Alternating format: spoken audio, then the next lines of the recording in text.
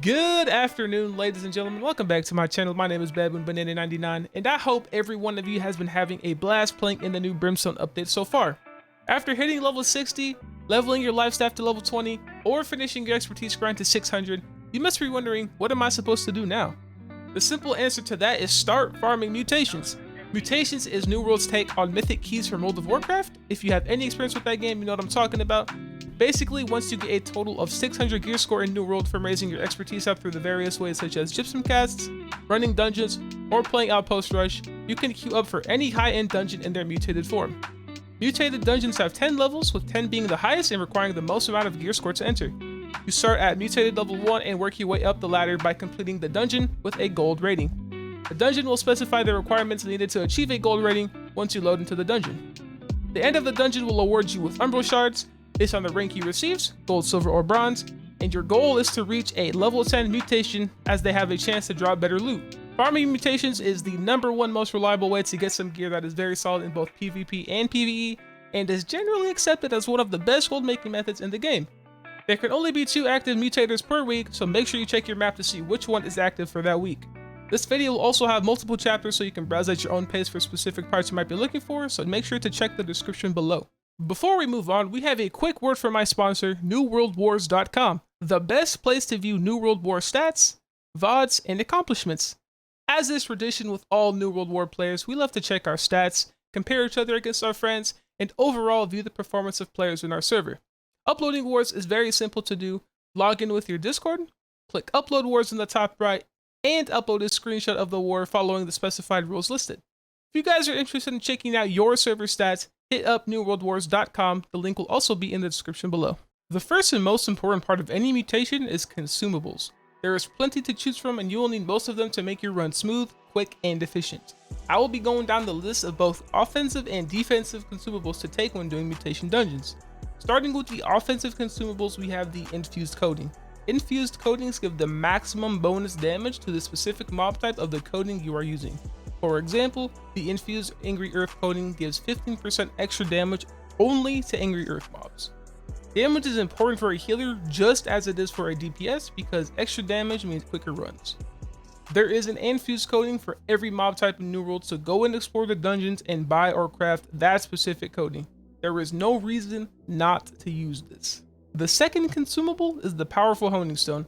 Powerful Honing Stones give 7% extra damage, which also stacks with coatings for a bonus of 22% extra damage. The third item is trophies. Trophies play a major part in the speed and efficiency of mutated dungeon runs, and it helps a tremendous amount of healers also have this. Trophies give either a 9%, 12%, or 15% damage buff per trophy depending on the tier of the trophy you have. Since you can buy 3 houses, you should have 3 trophies and 1 for each house. Similar to the infused coatings, there is a specific mob type trophy, so you'll have to go out and craft or buy them off the trading post. The minor trophy gives 9% damage, the basic trophy gives 12% damage, and the major trophies give 15% damage. Seeing as most players do not want to spend tons of gold to get the major trophies, minors and basics are fine alternatives. Lastly, attribute food is a must. It is a 40 stat increase, and you can take any variation of the focus con foods to save you coin. The 40 focus food and the 40 con food is pretty expensive at times, so I would stay away from those. Now moving on to the defensive consumables, we have Gemstone, Oak Flesh, and General Potions. Gemstone is a very helpful consumable that reduces incoming magic damage. In mutations level 6 and above, there is lots of magic damage that can get thrown around by the NPCs. If you are running with a group through Group Finder or a beginner group, consider picking up some of the lower tier gemstones for your mutation runs to reduce incoming damage if dodging is hard for you. Similar to Gemstone, Oak Flesh reduces incoming physical damage rather than magical. I find Gemstone to be more valuable, so I'd consider just picking up that for now until there is a heavy physical damage mutation. Lastly, basic potions consist of health, regen, and mana potions. These are a staple in any type of content in New World, so make sure you have all 3 on your hotbar as a healer. And on the 4th slot, just put Gemstone or Oak Flesh through whatever you use, but like I said, I recommend Gemstone, so just use that. Next up, we have the skill trees. There's 2 playstyles that are generally considered meta. One includes a high DPS playstyle, and the other includes a support playstyle.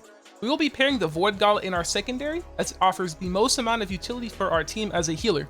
For the life staff skill tree, AoE healing is the best way to go about playing in Mutations. You grant massive heals over time, fortify, and you are able to use your secondary weapon a lot more, especially after waiting for your next set of healing rotations. The DPS Void Golem tree focuses on the use of Void Blade and playing as a pseudo DPS off healer, which is very fun to do, but it requires ward gear, which I will get into in a little bit. The utility tree focuses more on heals over time, control, and damage increase. This build is more of a safe alternative to the DPS tree, as you do not need to be in melee range and dodge abilities as much. It's very good for controlling mobs, as you can scream to CC them in place and give a damage increase in the form of Rend from Orb of Decay. Next up, we have armor weights, gear, and attributes. This is pretty simple to go over since light armor always gives the most output in terms of healing and damage. You will want to be using it at all times.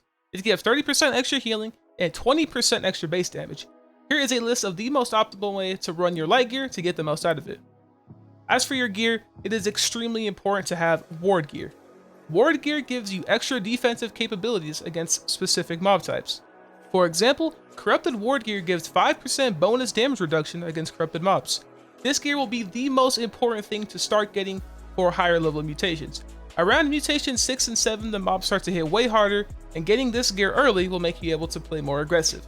Most bosses at the end of the dungeon and lower level mutations have a chance to drop mob specific type ward gear, so make sure if you get those, upgrade them with umbral shards, as they will last you the entirety of this game. Any life staff that drops from a dungeon is usable, but the best one to use is the Staff of the Throne. Since we want to optimize our group's DPS, giving 10% extra critical chance will significantly boost the speed of the run and DPS of your group members.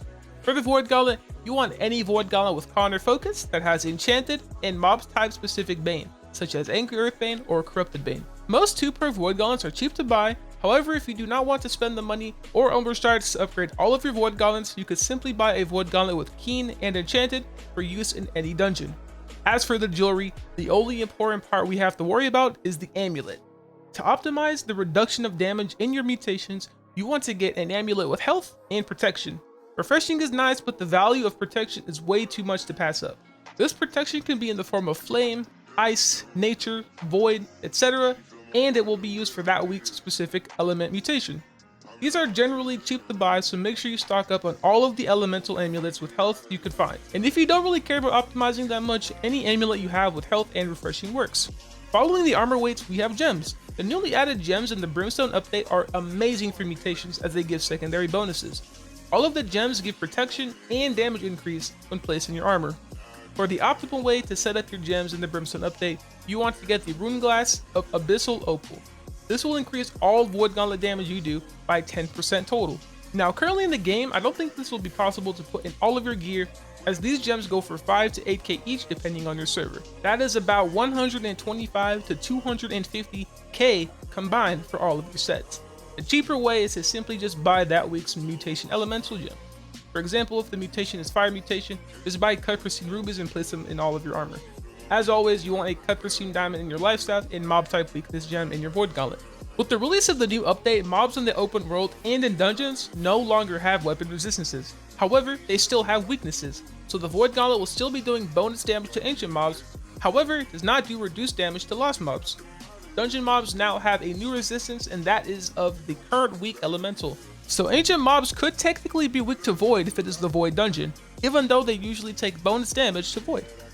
Alright ladies and gentlemen, that about wraps up the video. If you guys have any more questions, please leave them down in the description below. I am more than happy to help you. I'm pretty sure I got through everything. I might have missed 1 or 2 things, but I'm pretty sure 99% that I got through everything you guys need to know about mutations. Hopefully you guys enjoyed the video. Please check out my Twitch at twitch.tv/baboonbanana99. I plan to start streaming very soon for the upcoming fresh servers, so expect to see me live in the next few days here. I love y'all. Peace, baby.